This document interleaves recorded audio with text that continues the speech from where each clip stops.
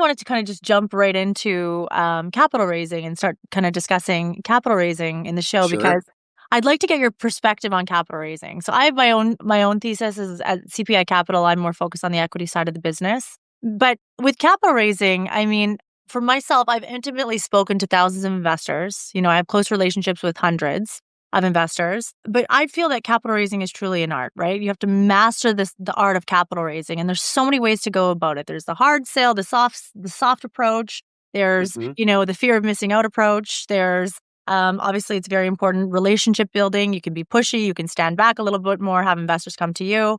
But I wanted to get your perspective because there's tons of obviously books and resources out there where people can kind of try their best to master the art of capital raising.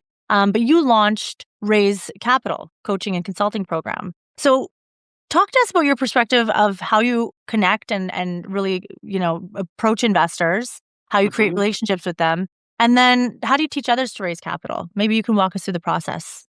Yeah, absolutely. So it's an interesting question. I think that the very best salespeople in the world are not really salespeople at all. They're just folks that are having engaging conversations where they're truly trying to bring value and help the people that they're working with. So, as a sales professional, I think ultimately having true, authentic relationships with your investors or potential investors is really the best way to build trust and build confidence from them. And eventually they invest with people they know, like, and trust.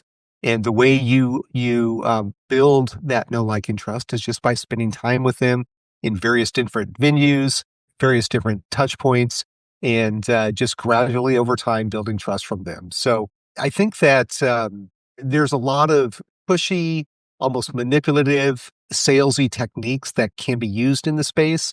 And I personally choose not to go down that path because I think this is more often than not, I'm dealing generally with the less sophisticated investor, folks that are either newly accredited or about to be accredited investors.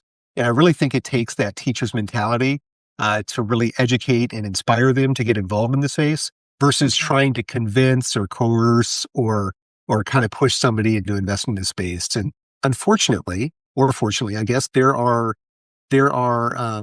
a lot of folks that have invested in this space over the last handful of years that possibly should not have invested in the first place.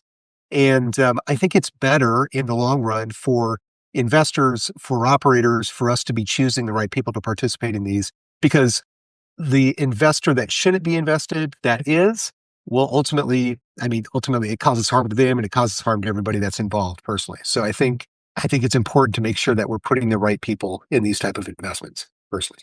Yeah, absolutely. And then talking about, and yeah, I'm totally with you there. I think there's two main things you have to take a genuine approach and then have a great investment opportunity, right?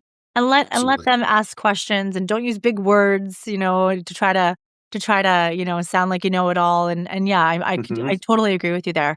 The big words part, just for me to jump in here, we had an associate of ours on one of our deals a couple of years ago, and he spoke tremendously incredible when it comes to private equity language. And I looked up to him a lot. Yeah. And I'm like, oh my God, this guy was like, I really looked up to him because of the words he was using. And when we had a presentation for our investors, the amount of complaints that Ava got was mind blowing, because to me, he was incredible as the words he was using and the private equity language he was using. But to the investors, they hated it. They're like, we don't understand half the things this guy is saying. So what does all this mean? That's a great point you guys are making.